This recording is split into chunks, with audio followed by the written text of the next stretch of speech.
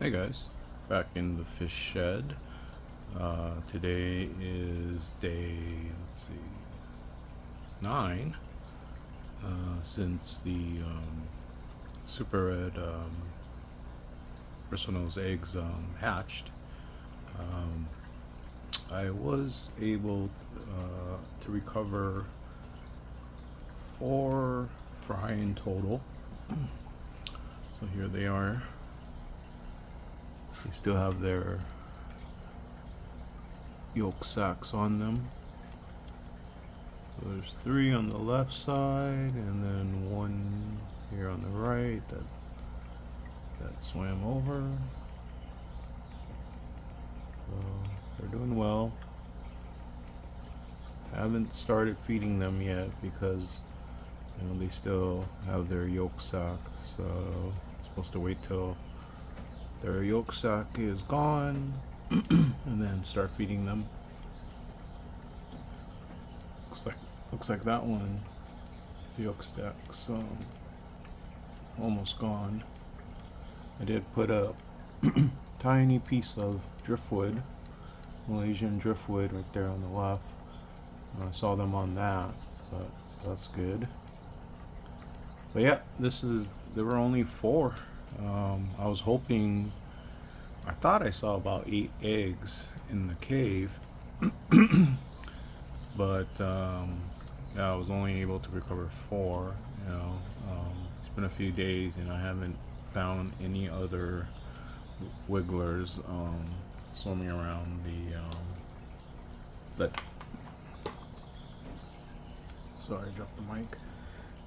Swimming around the tank. So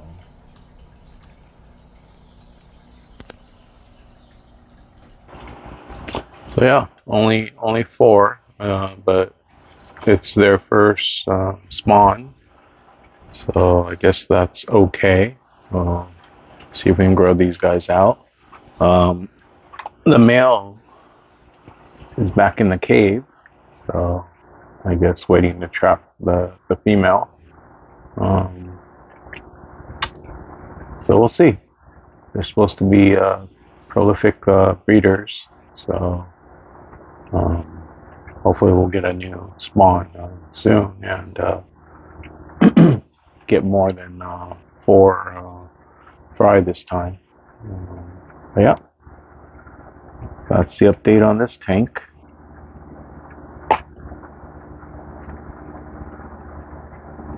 Oh, I just wanted to share this tomato plant that's available at Costco for $15.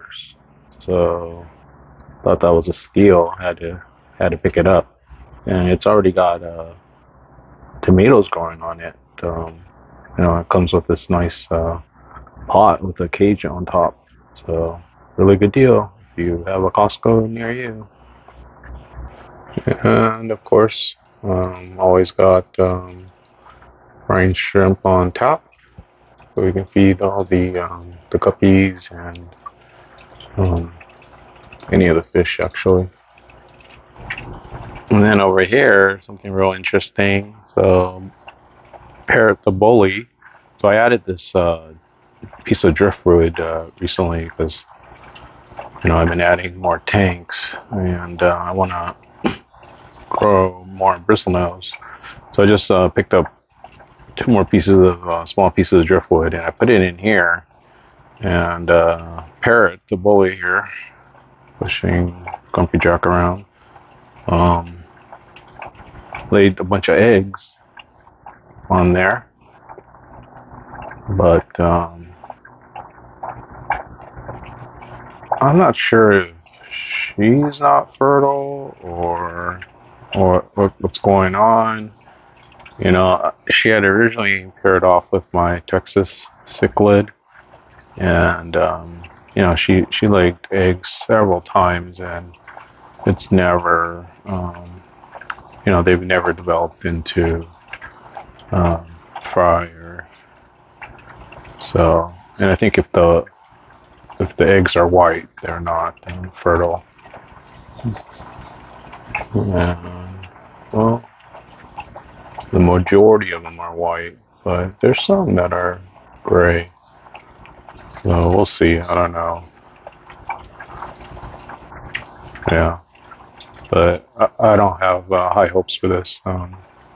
Yeah, they've never developed into baby fish. So, anyways, just thought that was really interesting. Must be breeding season, so everybody's breeding in the fish room. Here's another angle.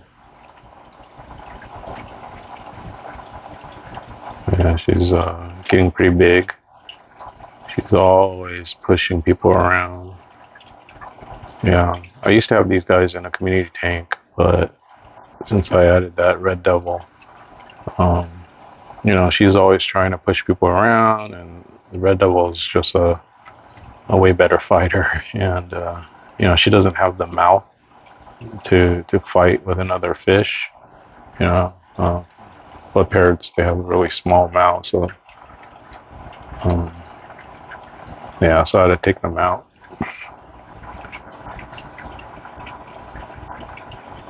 But yep, they're looking really good. And here's the 40 gallon breeder with the lemon eye or blue eye bristlenose. Yeah, I had 6 of these and just growing them out. When I moved the ranchu over here, yeah, this ranchu is really nice looking. It's got that red spot on its head, kind of like a koi. I think they call it the toncho, kind of like the Japanese flag. So, this ranchu's looking really good. Just threw some fluval bug bites for them.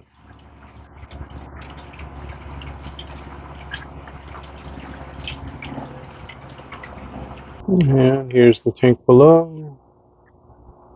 The albino Super Red Guppy Fry has been growing pretty nicely. Out of the ones that I was able to save, the albino guppies seem to have a more difficult time,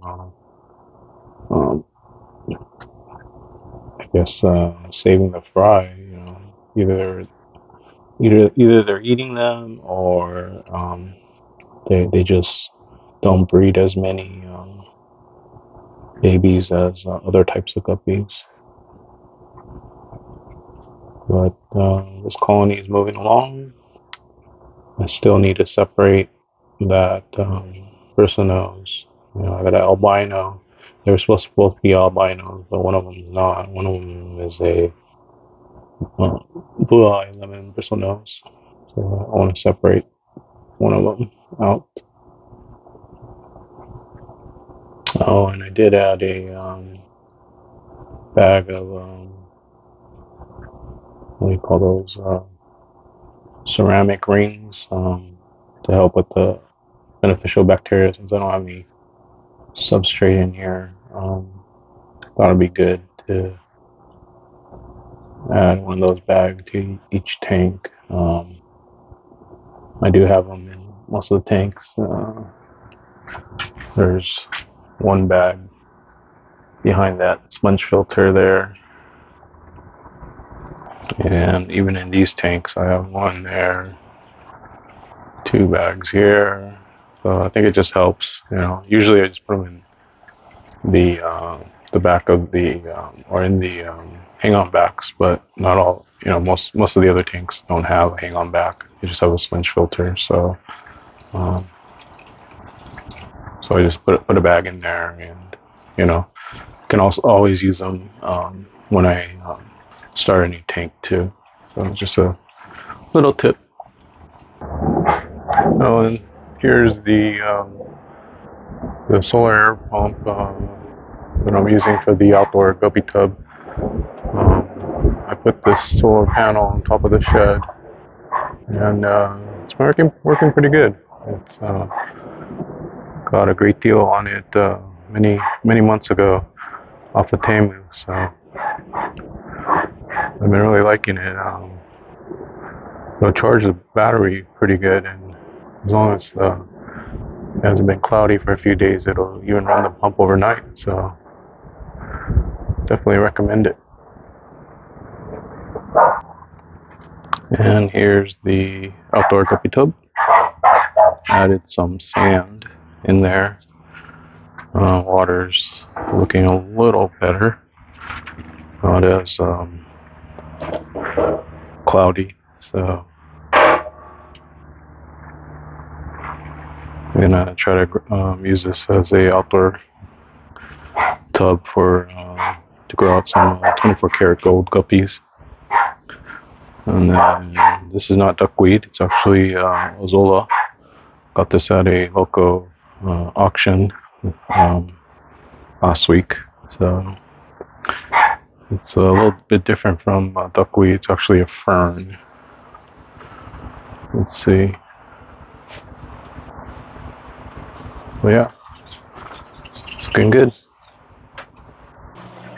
And here's an update on the short body blue koi guppies. After I moved this pair into this 10-gallon, the female gave birth to a bunch of fry. They're hiding in the plant on the right side. Just put a little brine shrimp in, see if some of them will come out.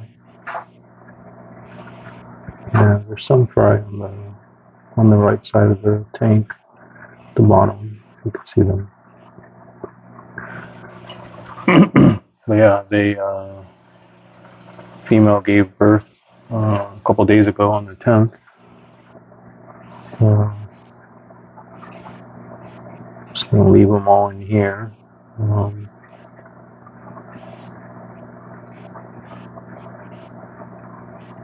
Yeah, I guess in this tank she felt more comfortable. It's got a lot of plants, hiding spots, because she was, full-blown pregnant for probably weeks. I thought she was supposed to give birth a long time ago, but yep, she finally did.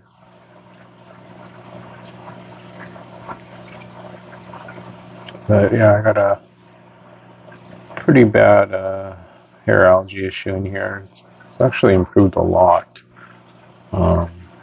since I started taking them out. But yeah, I gotta go through it again and start pulling all that hair algae. And I have just a few of the Bloody Mary shrimp in here. I lost a bunch of them, not sure why. Probably I'm guessing maybe the water quality. In a 10-gallon, it's harder to keep the water parameters stable. I should probably try putting Neocaridina shrimp in a larger tank to see if I get more success that way. But with the 10-gallon, it's been a little bit more difficult in my experience. However, on the tank next door, though, the green jade, that has not been an issue, though. They've bred a lot. There's tons of shrimp and babies in here. So, I don't know. I mean, it looks like it's about the same amount of plants. I mean, it's just different plants. I've got all this pearlweed at the bottom here. But otherwise, I mean, they both have duckweed, and I'm not sure. Or maybe it's just the shrimp that I got. This shrimp was from a local fish store, and then the other shrimp was from an importer. The one from the importer is a higher grade shrimp. So I don't know, maybe they're more delicate. I'm not sure. I mean, they all come from the same Neocaridina shrimp line, so it shouldn't be. But if it was imported, it's probably because they were just raised in different types of water. So that could be it. So, anyways, I'll have to keep experimenting and see what's the best way to build these shrimp colonies. But yeah, this tank is doing really well. The red-tailed Dumbo Guppy Fry have been all growing out here too with their parents. So that one's doing good. Go ahead and put some brine shrimp in here too.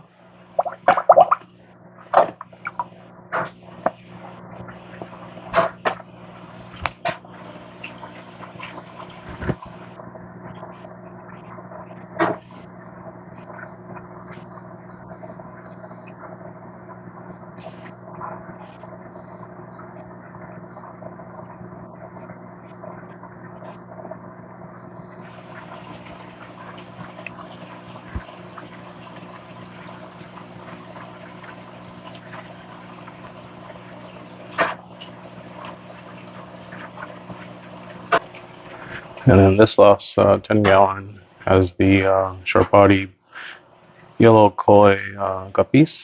Got this pair. I already have their first spawned in my breeder box in the fish shed. It looks like the female is pregnant again.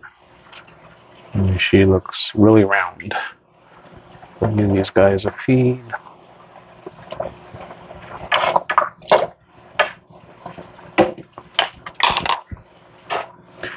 And also got some yellowback shrimp in here too. So see if I can get this colony going.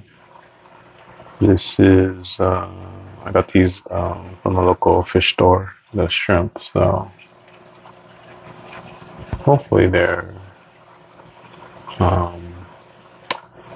more hardy than the prior ones that I got, which was from an importer. The prior ones were a higher grade, but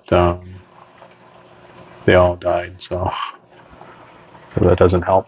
But yeah, we'll see how these guys go. They seem to be doing okay. I haven't seen any of the original ones die, knock on wood, but yeah, so far so good. And the jungle valve is recovering still, which is great. This is a dirted aquarium with soil and then sand capped on top of it. There's about 2 inches of soil and 3 inches of sand on top of that. And the jungle valve used to be, it was thriving. It was all the way to the top of the tank. And then it all just died and went pale. So I put these root tabs and put it in a couple of weeks ago, and it looks like it's working. I mean, I don't see those pale leaves anymore, and the jungle valve, the leaves are looking extremely green. The sword on the left, though, is it was looking very green before, but now I do see a little bit of yellow and fading, so I'm not sure what's going on with that. Maybe I should put another root tab over there to see if that helps. Yeah, I'll probably do that. But yeah, otherwise it's looking really good. All right, that's it for today. Thanks for watching.